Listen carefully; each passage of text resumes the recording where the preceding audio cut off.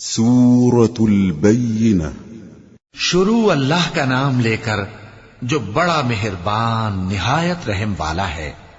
جو لوگ کافر ہیں یعنی اہل کتاب اور مشرک، وہ کفر سے باز رہنے والے نہ تھے یہاں تک کہ ان کے پاس کھلی دلیل آ جائے، یعنی اللہ کا ایک پیغمبر جو پاک اوراق پڑھ کر سناتا ہے جن میں مستحکم آیتیں لکھی ہوئی ہیں، اور اہل کتاب جو فرقوں میں بٹے ہیں تو دلیل واضح کے آنے کے بعد ہی بٹے ہیں، حالانکہ ان کو حکم تو یہی ہوا تھا کہ اللہ کی عبادت کریں، اطاعت کو اسی کے لیے خالص کرتے ہوئے یکسو ہو کر، اور نماز قائم کریں اور زکوٰۃ دیں، اور یہی مضبوط اصولوں والا دین ہے۔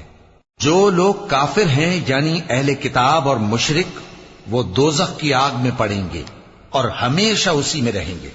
یہ لوگ سب مخلوق سے زیادہ برے ہیں۔ بے شک جو لوگ ایمان لائے اور نیک عمل کرتے رہے وہ تمام خلقت سے بہتر ہیں۔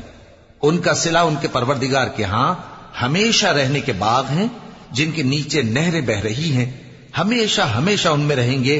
اللہ ان سے خوش اور وہ اس سے خوش۔ یہ صلہ اس کے لیے ہے جو اپنے پروردگار سے ڈرتا ہے۔